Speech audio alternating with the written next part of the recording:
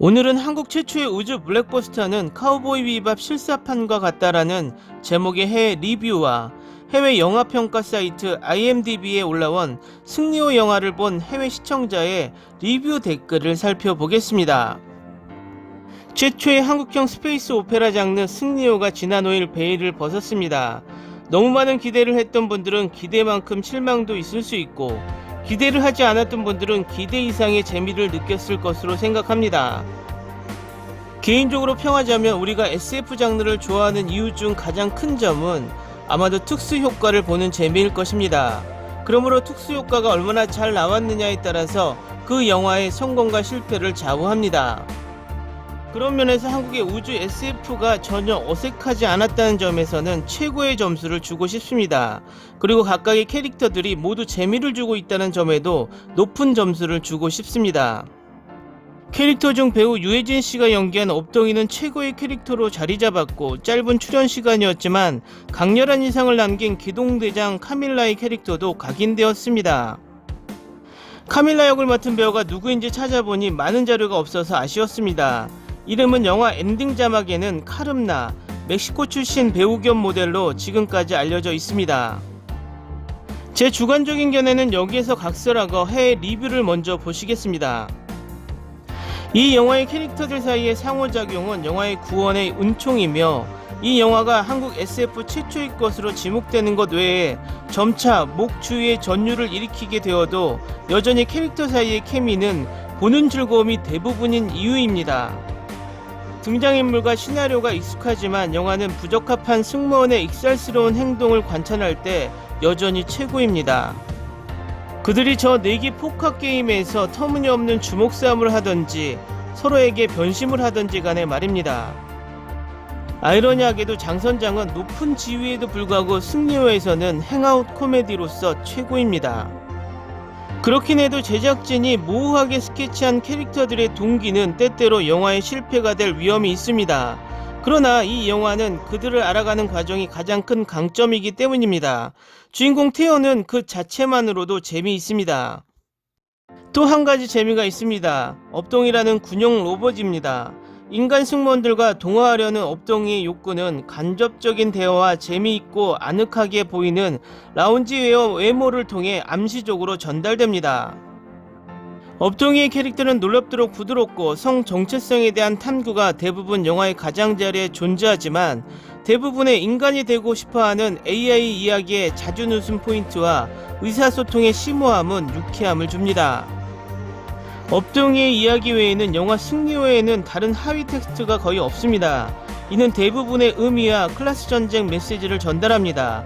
공상과학 영화 애호가뿐만 아니라 누구에게나 즉시 익숙한 내러티브 비트로 가득 차 있습니다. 그것은 지구에 여전히 자초된 가난한 사람들을 이야기하기 위해 더 웅장한 음모로 상당히 전통적인 가족애로 영화 스토리는 감쌉니다.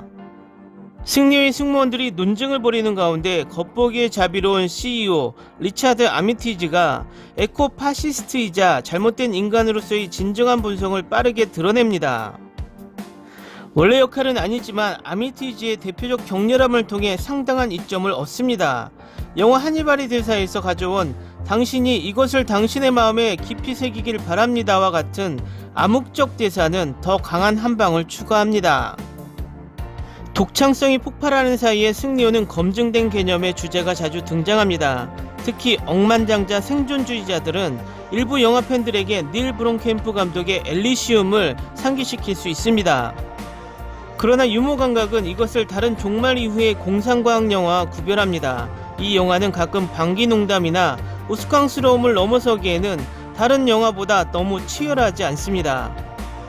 또한 영화 에드 아스트라의 분위기가 포함되어 있습니다. 공간의 식민지하가 진정으로 어떻게 보일지에 대해 재미있고 일상적인 표현이 있습니다. 이 외에도 영화의 가장 눈에 띄는 요소 중 하나는 캐주얼한 다문화주의입니다. 해체된 국가의 등장인물들은 모국어를 혼합하여 서로 이야기를 하는 반면, 영어는 대부분 권력과 영화의 백인 적대자의 언어로 나타납니다. 그 다문화주의와 미래의 일상생활의 세부 사항에 대한 멍청한 관찰을 통해 승리호는 와타나베 시니치로의 유명한 애니메이션 시리즈 카우보이 비밥의 실사 리프로 등장하는 경향이 있습니다. 비밥의 DNA는 공간청소부 전체에서 볼 수 있습니다. 투박하고 개성 있는 선박부터 미래의 생계형 경제를 위해 노력하는 거친 승무원까지. 그러나 카우보이 비밥의 작은 영역에서 더 큰 영역으로 결합한 부분에서 승려의 큰 음모는 그들이 얽히고 설킨 개같은 분위기의 다툼을 하고 있는 것처럼 느끼고, 그들은 자연스러운 끝점을 넘어서 영화를 끌고 갑니다. SFX의 복잡한 세트 디자인의 조합은 대규모 우주 전투를 선보이며, 촬영감독 변봉선이 화려한 미래의 나이트클럽, 거무스름한 뒷골목, 대피소 외부의 찌꺼기를 역동적으로 포착한 장면에서 적어도 인상적입니다. 에덴의 벽으로 둘러싸인 낙원, 조 감독은 종종 창의적이고 간결한 액션 장면을 구성하는데, 업덩이가 우주여행을 하는 스파이더맨처럼 우주선을 쫓아다니는 것과 같은 재미있는 시각화를 사용합니다. 작품의 가장 중요한 강점은 공상과학 영화의 웅장함보다 캐릭터의 매력에 더 많이 있음에도 불구하고 이 작품은 독특하고 잘 연출되어 있습니다. 지구 자본주의 연장선으로서 공간을 상상하는 것은 확실히 새로운 것은 아니지만, 적어도 승리호의 출연진은 스트리밍 콘텐츠에 증가하는 잔해 사이에서 자료를 신선하고 가치 있는 것처럼 느끼게 하는 집단적인 매력을 가지고 있습니다. 이들이 가족같은 따뜻한 사랑을 느끼게 되는 전개가 어색하지 않게 다가옵니다. 여러 장르물이 후반부에 갑작스레 감동을 주려 하면 거부감이 느껴지기 마련인데, 승리호는 예외입니다. 앞서 탄탄하게 주인공들 사이의 관계를 설정하고 관객과 친해질 수 있는 시간을 주면서 감정적인 격화를 이끌어냅니다. 승리호의 해외 리뷰 댓글입니다.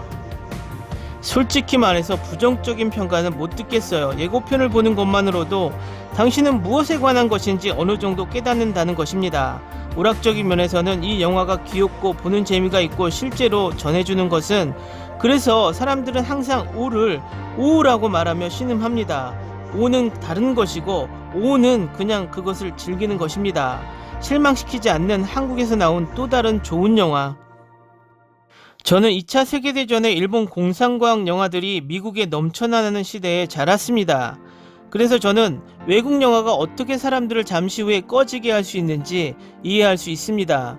하지만 이 혼합물에 대한 한국의 진출은 내가 흥미롭게 생각하는 어떤 것을 하고 있습니다.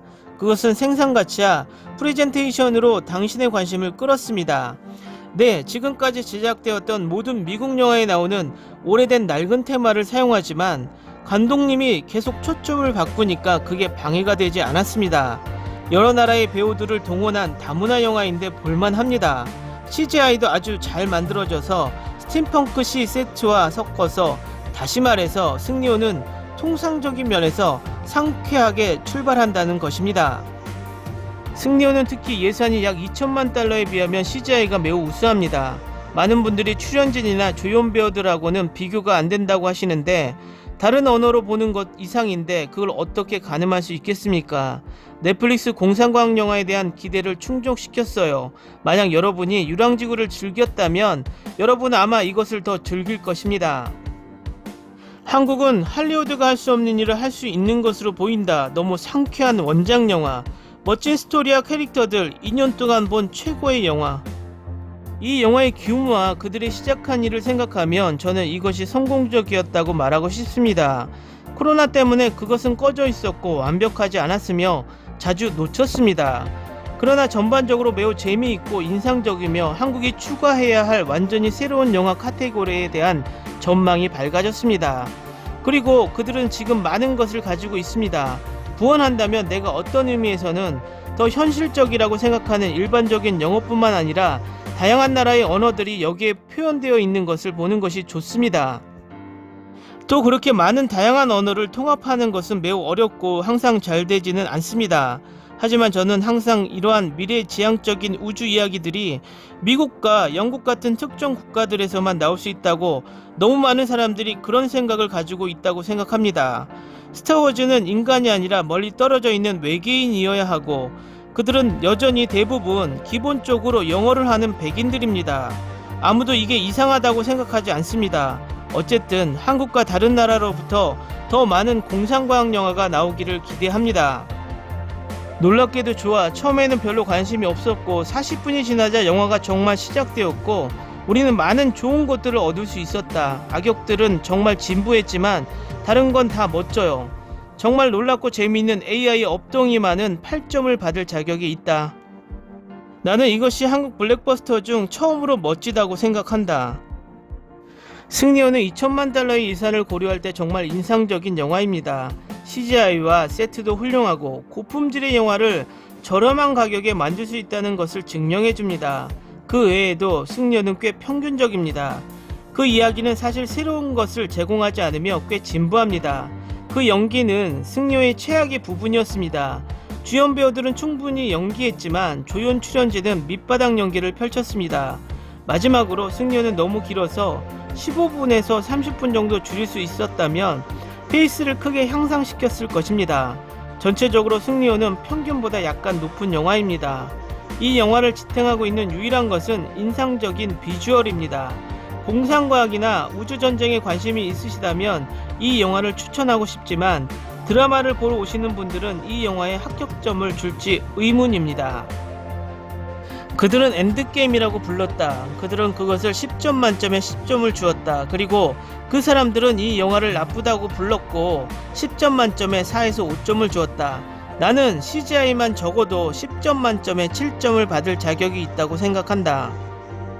한국의 영화 예술가들은 에픽이 공상과학 영화를 재미있게 만드는 방법을 알고 있다. 내 유일한 불만은 이 영화가 3시간은 더 상영될 수 있고 지루할 순간도 없었을 거라는 거야. 이거 정말 재미있게 봤는데 아이들이라면 당연히 좋아할 거야.